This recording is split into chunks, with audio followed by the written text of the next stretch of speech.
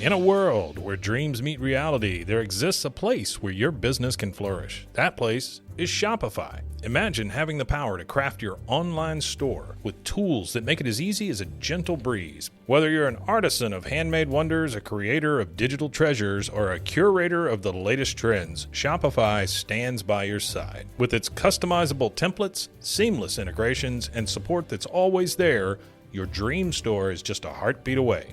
Join millions of visionaries around the globe and let Shopify guide you on your journey. Visit roguemedianetwork.com/Shopify. That's roguemedianetwork.com/SHOPIFY. And embark on your free trial. Shopify, where your commerce dreams come to life.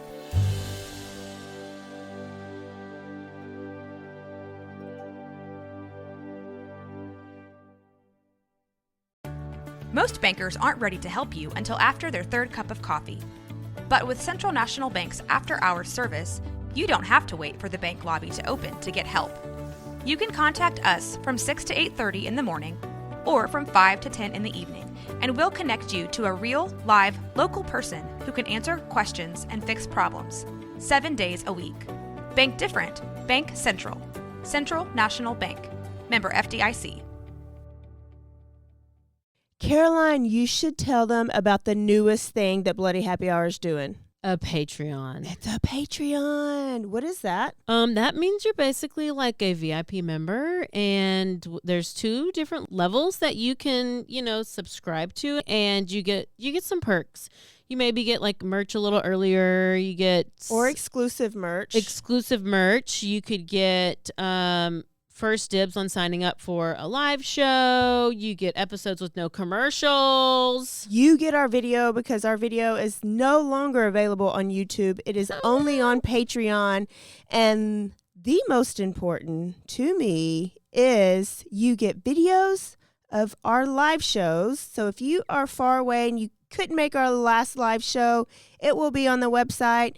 We're going to record this future live show. It's going to be on Patreon, but also bonus episodes each month. You guys tell us all the time you want more episodes. This is a way for you to get more episodes. So you're going to get our basic Tuesday, Thursdays that we always put out, right? But if you're on a Patreon, you're VIP, you're going to get more. I can't wait to talk about in detail some more stories because I always have a lot of details I want to go to. I can law-splain. I might read a book. They just unsubscribed. This is also going to be the exclusive place that Dirty Chat is going to go to. So if that is breaking some of your hearts, just go ahead and subscribe now. In order to hear the full content, it's going to be Patreon. Where do they go again? Patreon.com/Bloody Happy Hour. Don't forget to stay aware, stay alive, and always be DT.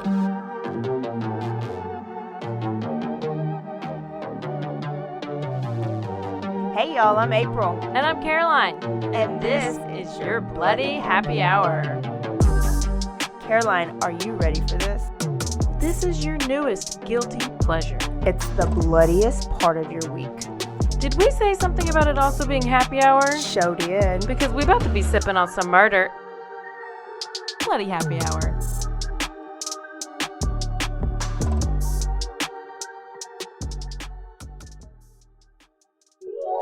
This is a Rogue Media Network podcast. Hey y'all, this is April. Hot tour. Spit on that thing. And we got Hawk in the building. This is your Bloody Happy Hour. Bloody Hour. Bloody Hack Hour. Hack Tua Hour. This is your Bloody Hack Tua Hour. And this is your full episode where we give you all the goodies for one full story. And today we are going to Myrtle Beach. Ooh. And if you're on our Patreon, you want to tune in because me and Caroline are just about to record ourselves having a happy hour. We are. What are you drinking today? I'm drinking some vodka, bitch.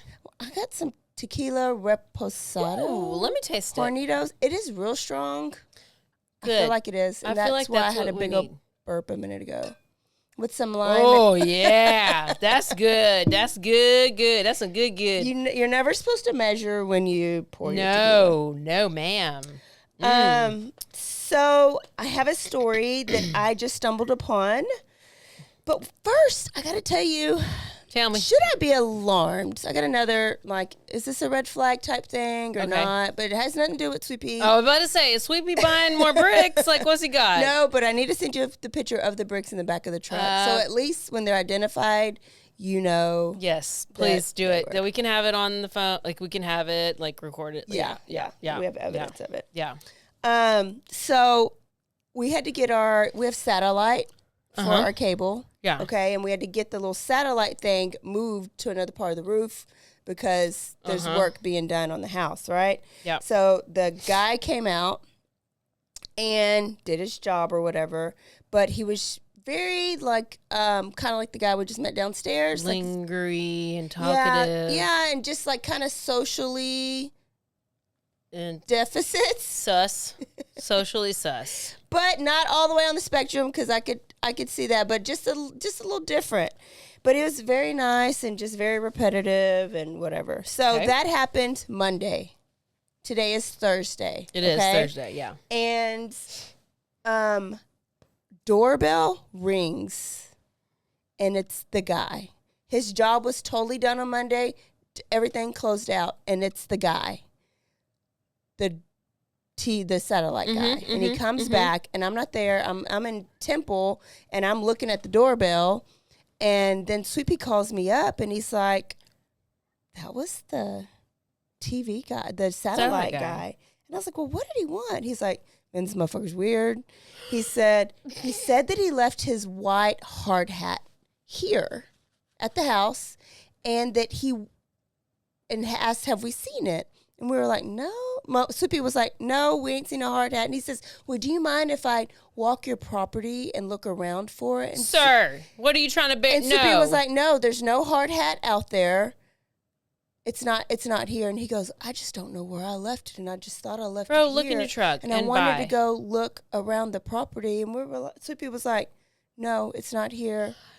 This is the thing. And it's like, why did you, one, not call and ask us that if we've seen it, and why would you just show up? Okay, first of all, I've tried to put myself in this position. You would let Luckily, anybody who be ringing my doorbell, I don't answer. I always, at all times, unless it's, even if you're delivering me pizza, put it down. I'm not doing face-to-face. Yeah. Because you might stab me or you might try to intrude on me. And let me tell you, this is a middle-aged white Protestant man. He's He's the number one. If number be a one murder committed, it's going to be by him. Would he be killing? Maybe would he cross racial lines? Exactly. So Soupy was like, maybe he thinks you would be here during the day and he's going to catch you here. And I was like, did you say anything about you working nights? Because sometimes Soupy will be like, well, I'm going to go to sleep. I work nights or something like that. And I don't want people to know that besides every listener that we're listening to right now. He doesn't work nights anymore, though, so it's fine. That was like years ago. I mean, that was like a couple days ago. He's got a new shift. I was like, did you mention anything like that? Anyways, it kind of freaked me out for a second, but I forgot all about it. And then you found his hat, and it was in the backyard. No hat. I just really think he's probably real spacey and just don't know where he left his hat. So he's retracing his steps. Oh, he's a space cadet like me. But I would have probably called. Yeah, I probably would have been like, hey, I was just there. Can't find my hard hat, which I need every day. And I was wearing the whole time. And I was putting on your satellite. And then all of a sudden it's missing. Yeah. Bro, check the back of your truck. So, anyways, that was weird. But can we go to Myrtle Beach? Let's go to Myrtle Beach. Okay, Myrtle Beach, South Carolina. I want to go to any beach. Have you heard the name Heather Elvis? No. Okay. So, Heather Elvis was born June 30th, 1993 in South Carolina. She was the middle child. She was small. She was beautiful. She was petite. She was described as shy, quiet. She had a servant's heart. She volunteered at the church daycare. And she also went on a trip to Costa Rica where she taught little kids how to read. So great person. Maybe the lesson is don't be a great person. I feel like obviously she's not bubbly, so she's not being bubbly. Murdered. Well, so now I feel like she is the murderer. She's the murderer. Okay, that's my first initial impression. Because she, she graduated in 2011, and she pursued her dream of becoming a cosmetologist. Okay. So she's going to cosmetology school. She wants to own her own beauty salon. And she's also working 2 jobs. Like, she is just ready to work. She wants to make her own money. She's hustling. Just 2 jobs at the Tilted Kilt. Have you heard of a place like that? Yeah. And in Myrtle Beach, it's a big, like, it's travel. Yeah, touristy area. And the House of Blues. So 2 pretty fun jobs, I would think, at 18, 19, 20 years old. Yep.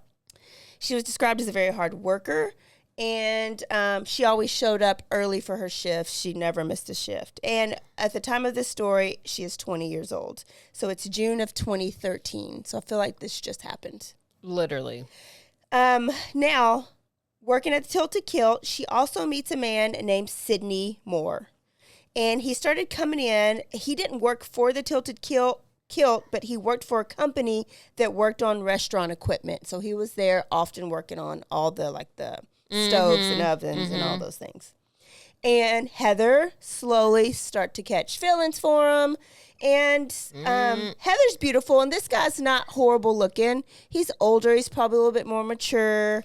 And I think she just gets a little crush on him. This name does sound familiar. She eventually starts tweeting about this crush. And I guess her form of social media is Twitter back then. Okay. So her first tweet about this was, "One day I'm going to drag this man in the mop closet and have my way with him.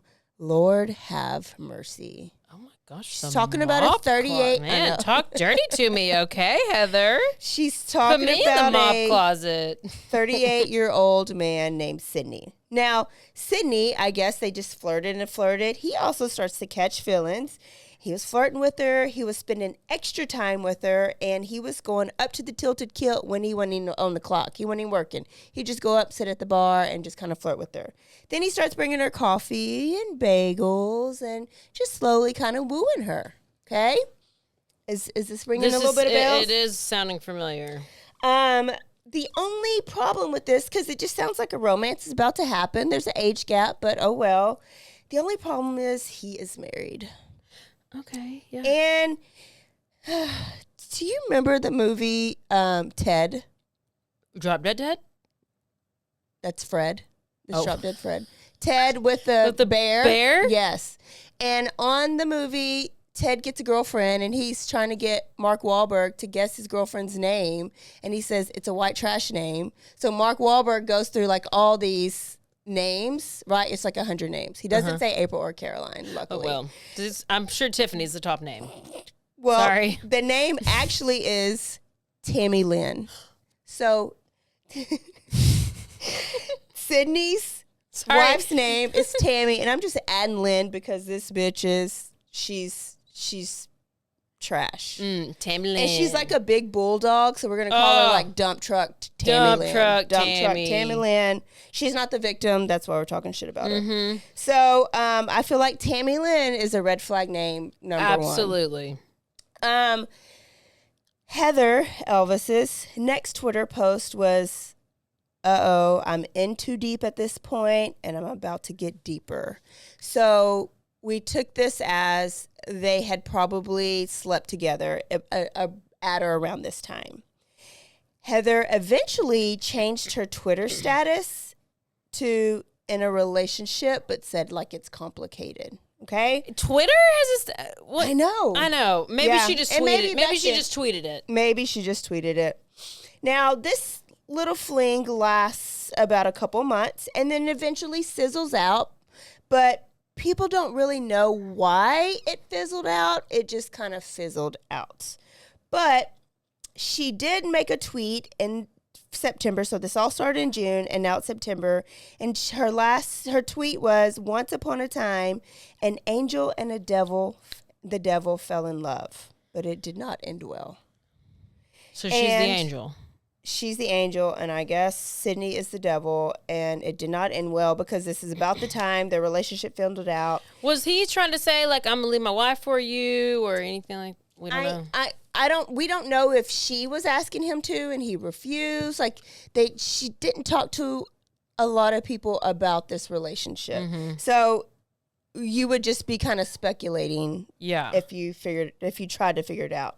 Now, they had thought actually that they had gotten away with this little fling that they had because during that time, dump truck wife Tammy Lynn did not find out about the affair. And she wasn't into like a group situation. She was not into pineapples. No. Okay. Well, they were, but she didn't even know about it, so it's not like it was a 3 thing. Okay?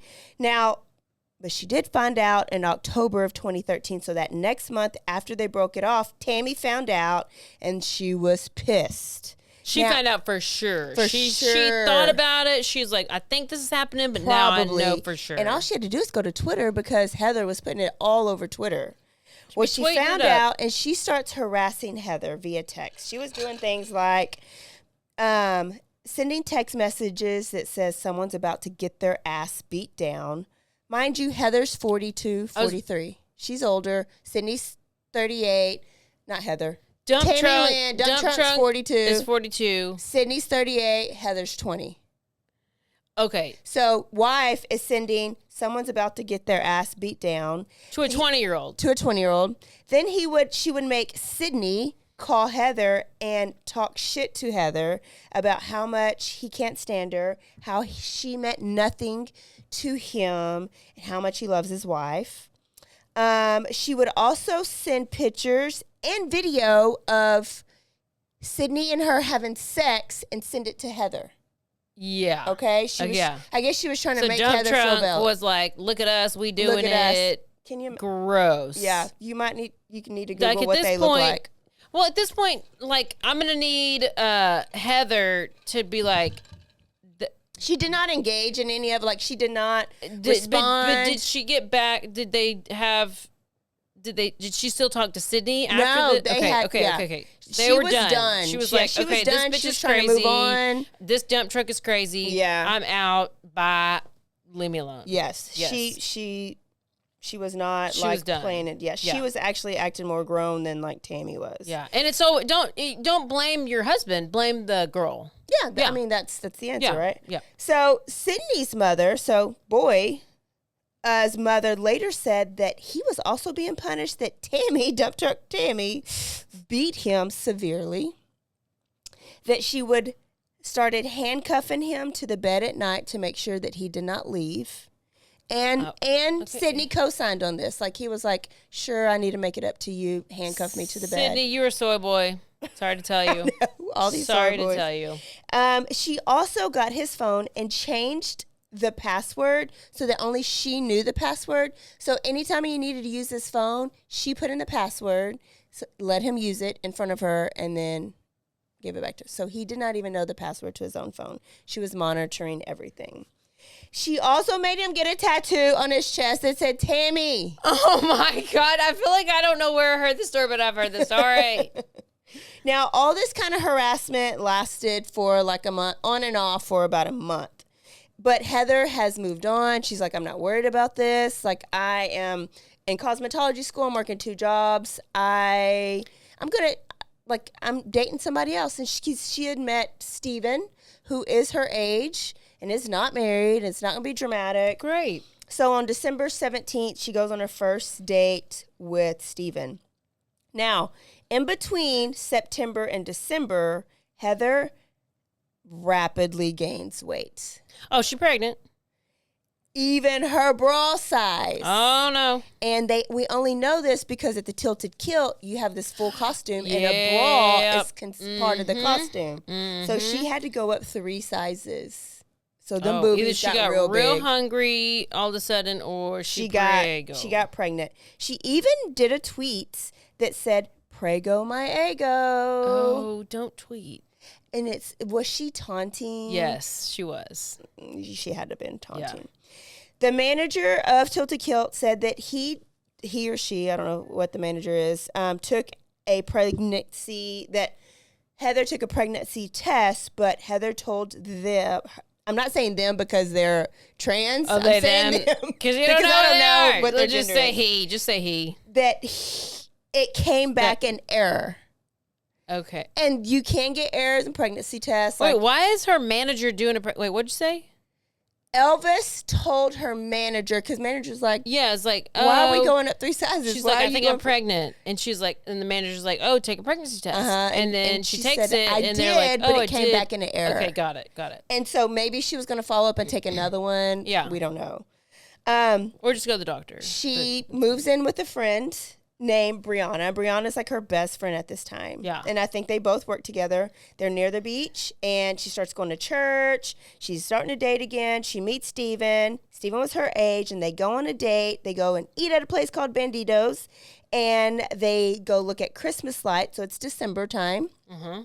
They go on a date. They go to eat. They look at Christmas lights, and they're riding around. And his car is a stick shift. A 5-speed. Okay. And she's like, oh, my dad always tried to teach me how to drive one. I couldn't get it down. So he's like, let me teach you. So they go to a parking lot. Yeah. And he is teaching how to drive a 5-speed. I love driving a 5-speed. Is that a standard stick? The standard stick shift. You love driving it? Yes. If somebody had one right now, I would beg them to drive their car. Just because I haven't driven one for so long. Yeah. Do you have one? I mean, I don't, but I have access to one. Let's go back I was always I used to drive one. Oh, for sure. But then my stepmom, that would be you who's listening right now. Whenever her dad passed away, he had like his old school Jeep, like Suzuki Jeep, and so we could drive it around and like play with it. But she would like tell me where to go. Like we'd go into town, like in West, and bitch made me go on a street that was a hill, and I rolled backwards. And I'm like, you made me do this on purpose. But yeah, so that's yeah. So they're driving this car, and then they go back to his house where he still lives with his mom, but they're just watching movies. It's innocent, and he takes her home about 1:30 that night. So the date was on the 17th in December. It's now 18th of December because it's 1:30 in the morning, right? It's the next day. This will be the last time Heather was seen. So what we know, here's a little bit of the timeline. Now, Brianna's roommate was not at home when he took her home because she was visiting family somewhere else. And takes her home about 1:30, but also at 1:30, just on like a couple miles away in town, on surveillance camera, you see Sydney and dump truck Tammy pulling up to a local Walmart. They're on surveillance camera. Mm-hmm. He goes in, and what do you think he buys? Let's see. Does he buy trash bags or bleach or rope or duct tape or a pregnancy test? A pregnancy test. A pregnancy test. With wife is in the car. Yep. And then they leave and they go to the gas station that's kind of next to the Walmart. And he is seen walking to a payphone. It's 2013. Why do you need a payphone? Yeah. So, and then Heather gets a call at 1:35. So they leave Walmart. He walks to a payphone. Heather gets a call from a number she does not know. This phone call lasts 5 minutes. I'm going through the timeline of what we know, right? Yeah. So obviously, who do you think called from that number Heather did not know? Sydney. Because from the payphone, right? So Heather calls Brianna later almost close Heather to called 2. roommate Brianna. Roommate Brianna, Yep. and says, and she's like very distraught, and she's crying, and she says, Sydney just called me. And he's talking to me, and I just don't know what to do. And so Brianna was like, you make sure, bitch. She's probably like, bitch, don't leave. Don't meet him. It's 2 a.m. Nothing good happens after. And I don't trust his wife. Yeah, she don't trust Tammy. Yes. I don't trust anybody named Tammy Lynn. No. So she's like, do not go meet him. Do not go meet him. Do not go meet him. So Heather's like, okay, I guess I won't. But at 2:30 a.m., I guess Heather is in her feelings.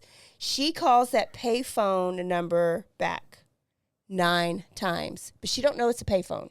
It's just a number she don't know that she knows she talked to Sydney. So she calls that number back. Oh, she's like so in love with him. 9 times. She's dictified. No answer, no answer, no answer. 2:42. We know that 2:42 and to 2:56 a.m., she leaves her apartment, and her cell phone is pinged at Longbeard's bar and restaurant, just right by her house. 14 minutes later, she leaves that bar. She drives away, but then drives back and goes back to Longbeard's bar. Nobody said she goes in. She's just kind of in the parking lot. Okay? She calls Sydney again, calls that payphone, doesn't answer. Calls his personal phone, doesn't answer. And then she goes back home at 3:19 p.m. So we don't know what that conversation from the payphone was about. Some reason she went to Longbeard's, okay? She goes back home and it's 3:19. Sorry, not p.m. It's a.m., a.m., a.m. Okay, yeah. Sydney picks up the phone because she calls again. And they talk for 4 minutes and 16 seconds. And then Heather leaves her apartment again at 3:25, and she drives to a boat dock, the Peachtree Boat Landing. This is not a hangout spot. This is not like Lover's Leap. This is just a random boat dock. That they've never been to before. It's like, have they ever had an encounter there before? They've never met there before. It does not seem like it. Yeah. But, I mean, I feel like boat docks in North Carolina or South Carolina are a little sketchy because this is where Susan Smith took her kids and drove them right down the boat dock. And so this is also where the Murdaugh, they were in South Carolina, Low Country. And but I feel like Heather, she was dictified. Yeah. Or is that what we called it? Yeah, dictified. Yeah, she just was like. She had this older man. She was in love with him, and she could not. She could not. She wasn't thinking straight. So 3:25, she's there at Peachtree. At 3:36 a.m., a Ford F-150, dark colored, which is what Sydney drives down the road and into the Peachtree boat landing. At 3:42 a.m., Heather's phone goes dark, it's turned off, never turned back on again. 3:45 a.m., that Ford F-150 is seen leaving the Peachtree boat landing. What was the time frame of that? When did he get there? He got there at 3:42. He left at 3:45. Oh, okay, so 3 minutes. Yeah. Now, December 18th, so this is the next morning. The next day, Terry is Heather's dad, and they're really close. And he's concerned. He has not heard from Heather. He's called, can't get a hold of her. So he calls the police, and the police pretty quickly find her car at the Peachtree boat dock landing thing. Dad actually goes with them and meets them there and looks in the car, and they're like, this car is trashed. And he's like, oh, this is normal. She keeps a dirty car. Her wallet and her ID's in there, but her cell phone's nowhere to be found. He has a spare key, so the police are like, you can go ahead and take her car home. Wait, As what? true crime people. No, don't. You leave everything there. Don't touch anything. I know. They're not treating, they're not concerned that a crime has happened at this time. What, they think she just drove out to the Peachtree landing and left her car there and walked around and just took a swim? Hell no. There's no telling what they thought, but they let Dad drive the car home. Oh, these dumbasses.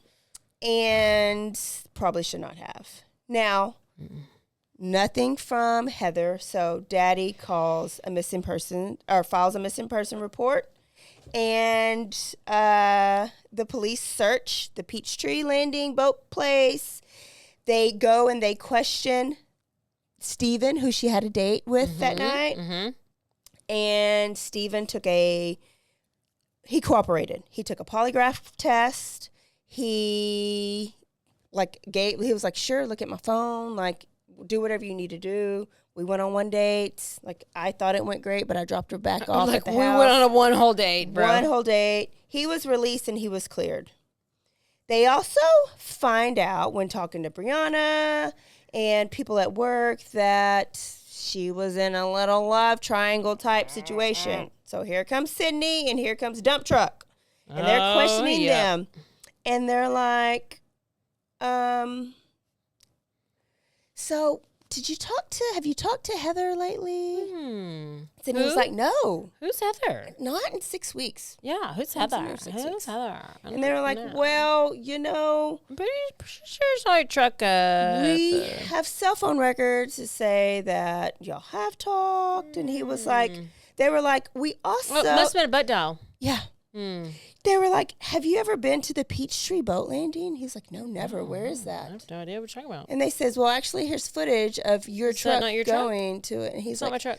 Yeah, I was embarrassed. Actually, me and my wife went there to go have sex. And they were like, oh, for 3 minutes? Oh, wow, that's quick. quick. That's real Fast. That's a real fast sex. They also said, did you use a payphone? She got a phone call at this time. Would that happen to be you? And he was like, no, payphones still exist. Oh, my gosh, I had no idea. Yeah. No. And they said, and he's like, oh, we're actually on video on the payphone. This is your video. So, anyways, he's getting caught in these lies and these lies and these lies. Is this guy's name Sidney Moorer? Moorer, yeah. Okay. You know the story now? I feel like it's like, yes. A little bit? A lot. It feels like I heard it a long time ago, and it's like these little. It's like a 12-year story, but it's kind of just now wrapping up. Yeah. So, he denied, and then when he finally got caught in a lie, he'd kind of give him a little bit. And then they were like, we also saw you and your wife at Walmart. You went in, and why would you buy a pregnancy test? He was like, oh, it's for my wife, but it was negative. Oh. And they're like, because she's but so your young wife and is fertile. 99 years old. Yeah, and she's ugly, and she's fat, and she's gross, and her name's fucking Tammy Lynn, and she's Tammy Dump Lynn. Truck. He was like, yeah, we have to take them all the I time. don't know anything she looks like, but I'm talking shit because I don't like her. They began searching for Heather because they're like, something had to happen. So they're searching on land, they're searching in water, and they find nothing. And because they don't really have a body or much evidence, there's no arrest. Nothing. They didn't find anything. God. No arrest. Okay. So Tammy decides to go to Twitter. Of course she does. Basically, summing up her long-ass post, but she was like, yeah, so my husband, Sydney, had an affair. Yes, he's an asshole with a hoe that he worked with, but now her dad is threatening to kill me and my kids. And you know what? She saw him, and she became obsessed with him. If you go look at her Twitter, she talked all about it. But I could care less because I, too, had a boyfriend at the time. So they had an open relationship. Okay. She had a boyfriend this whole time, but I guess Sydney was not allowed. Or she was jealous. Ma'am. And she was like, I could care less about the affair. Yeah, he's an asshole, but you don't mess with my kids, okay? So police see this, and they go question Daddy Terry. And he's like, no, I've not talked to them, but actually I'm being threatened because I was outside and a car came down the road and there were two men in the car and they threw a bottle and they said, first it was Heather, next is Morgan. Morgan's Heather's little sister. So he said that they're threatening his family. So we don't know what the truth is, but they're both saying they're being threatened. There is now a $10,000 reward out for any evidence that brings about the case, that helps in the case of Heather. Police are like, we know the Sydney and Tammy probably did this, but we don't have any evidence. So they get a search warrant and they go and search the house.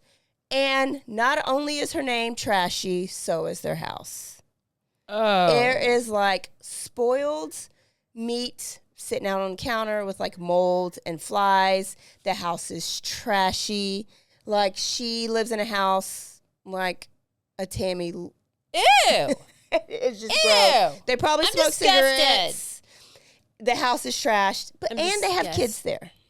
Why can you not? Why do you have flies? Okay, like I talked about my she shed where I had flies outside. Oh, flies are just bad.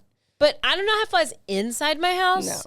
No. Hovering around dirty shit. Gross meat. No, and no. Ma'am, she has a dirty vagina. The house is I'm gross. grossed out. That's why he's going with young Heather. She's got dirty vajayjay. She must make the money or something because there's no way. I don't know why he's staying with her.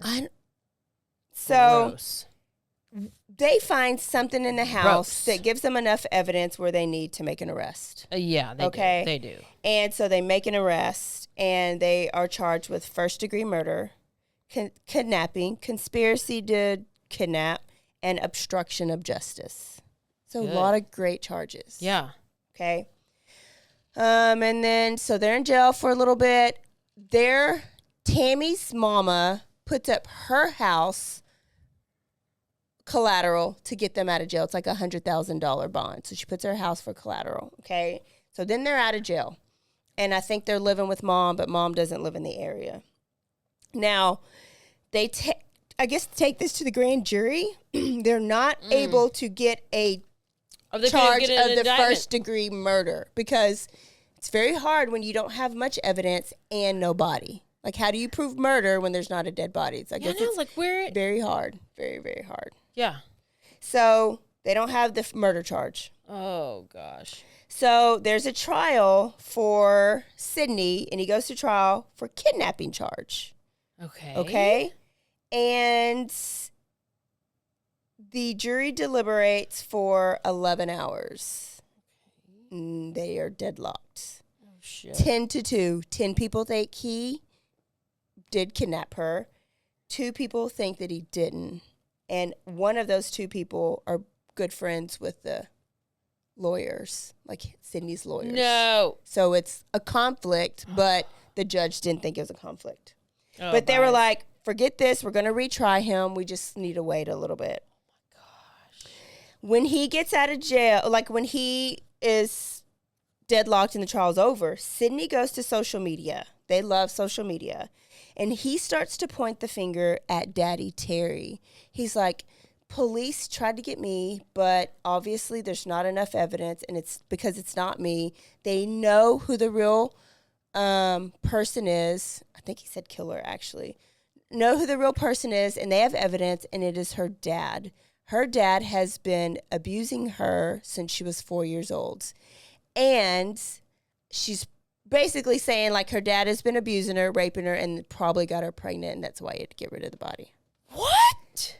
Just like you said, what? So did the police, and so did everybody else in the world that were following this case. So now the police are like, okay, we can't ignore this. We need to clear Dad. God. We need to clear Dad. We need to look. So they investigate. They talk to any and everybody from her childhood on up, and they found nothing that said that no evidence that Terry was a horrible or abusive or sexually abusive, did anything wrong to Heather. Mm-mm. So then they were like, they really are even more guilty because they're trying to put the attention on somebody else, right? Oh, my gosh. So now Tammy goes to trial, and this is now 2018. So she was killed in 2013. They were free this whole time. It's 2018. She goes to trial for kidnapping and conspiracy for kidnapping, and the jury deliberates only 2 hours. And I think they brought this trial out of the county. They took it out a little bit. And she gets convicted, and she gets 30 years. Oh, good. He goes to trial in 2019 for conspiracy kidnapping. For a second trial. Yeah. The second trial, because the first one was deadlocked. Yeah. And they're just like, we don't even need to deliberate, basically. He's guilty. So he, too, gets 30 years, which he was already sentenced for the obstruction to justice. So he already did a little bit of time for obstructing, for lying about the payphone. So in 2019, the case was finally solved. They finally got their justice. But Heather's body was never found. We have no idea if she's dead. She's probably dead. But how she died, what happened, was she pregnant, whose the kid was. And so that's what the jury was saying. I mean, that's what the trial was basically about, is that he probably got her pregnant and they had to get rid of the body so that they could never link that baby was Sydney's. They were right there by, I mean, it's Myrtle Beach. They threw her in the ocean. It's like Natalie Holloway. Oh, that's true. Never to be found. So, though the family did get some justice, they will never know. Oh, my God. So they asked Jesus what happens. See, if only he would have just said, dump truck, bye, I'm out. He could have lived his best life. Because he was saying that with Tammy, and they could have had a kid, and he could have been baby, old dad, and she could have, it's just 20 years. He was saying that he couldn't have left the house because he gets locked up to the headboard to the bed every night. So he actually could have. You actually liked to be the damn soy boy, submissive, stupid ass, dumbass. Yeah. I cannot. Cannot. I do remember hearing about that story, but I did not ever know, I guess, the final outcome. But so there's Heather Elvis. Never trust a dump truck. Never trust a Tammy. And if you are in a situation where you want to get out of your marriage, don't don't. You don't have to murder You don't have to murder. Just get out of the marriage. I feel like it's simple math. And it's one thing, if you kill, if the man wants to kill a side piece to cover up so his wife don't find out. But when the couple agrees, just like your story from last week. She probably wasn't even, he probably didn't even have a choice. He's probably handcuffed and she probably did it. Yes. She did it. And he's probably never going to turn on him. No, because oh my goodness. Breaking news. Oh shit. I don't even want to know what's the breaking news right now. Good gosh. Oh my gosh. What? Oh gosh. The love of my life, Stone Cold Steve Austin, likes cats. Soupy just sent me a tweet that podcast over. He tweeted that he's a cat dad and he took a picture with the damn cat. He's like, do you still love him now? Yes. Yes, to us. You don't know. It's official depression. Official depression. You know what? I did that for you. I rolled on the floor right now for you and your emotions and feelings. Because man, this damn cat, he's something else. Panchy, you little fucker, I love you. Stone Cold. How could you? I'm sorry that we have to end the podcast this way, but this is a breaking news. And Trenton's whole life he thought this was his daddy. Listen. Before you get too excited about it, this is what you do. Anytime you get breaking news, you have to confirm it with two sources. You've only had one source, and you need to go just... Bitch, he's holding the fucking... I'm out here shoveling horse shit. Oh, I love his voice, though. Oh, I love his voice. Oh. Wait, which one's Stone Cold? I don't really know which one that is, but he... The love of my life. No, let me see it.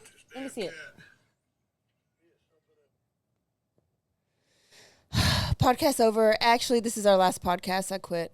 Yeah, she's just quit because that is definitely a cat on his whole ass neck. I mean, maybe it's like a... Nope, cat dad adventures. Tomorrow is my best friend's sleepover, and I'm definitely going to cry to them about this. Yeah. All right, y'all. We'll see y'all next week for a whole new week of Bloody. I'll be crying until then. Don't forget to stay aware, stay alive, and always pet a cat. Never like cats. Never name your kid Tammy Lynn or Billie Jean. Or be a nurse. Or be from Utah or Idaho. Or be a felon. I mean, I don't know. We need a Bible of the Bloody Happy Hour rules. Can somebody make us a Bible? Oh. If we have one listener out there or one watcher, just make the BHH Bible, the red flag Bible, because we get confused about what is red flags. Are. So can you please just make us a red flag Bible and you can just we'll just add to it each time. Yeah. Keep a running list. So somebody just send it to us, email it to us. How should they send it to us? bloodyhappyhour@gmail.com. Yeah. You can Instagram it to us. You can text it if you have our number to us. But we need a Bible. Yeah. We need a red flag Bible. We need it. Thanks. Hey, and if you're on Patreon, you tune in soon because me and Caroline are about to just record our happy hour. Yep. And there's no telling what we're going to talk about. We're going to talk about all. It's going to be X-rated and it's going to be ratchet. Raw and ratchet. Worse than our regular show. Oh. Don't forget to... Oh, we already said it. Oh, Okay, yeah. bye, y'all. Bye.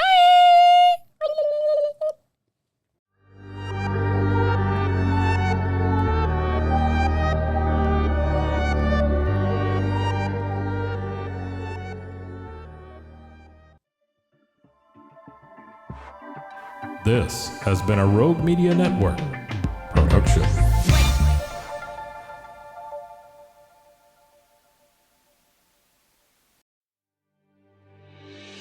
In a world where dreams meet reality, there exists a place where your business can flourish. That place is Shopify. Imagine having the power to craft your online store with tools that make it as easy as a gentle breeze. Whether you're an artisan of handmade wonders, a creator of digital treasures, or a curator of the latest trends, Shopify stands by your side. With its customizable templates, seamless integrations, and support that's always there, your dream store is just a heartbeat away.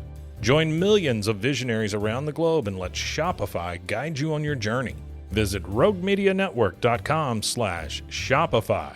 That's roguemedianetwork.com/SHOPIFY. And embark on your free trial. Shopify, where your commerce dreams come to life.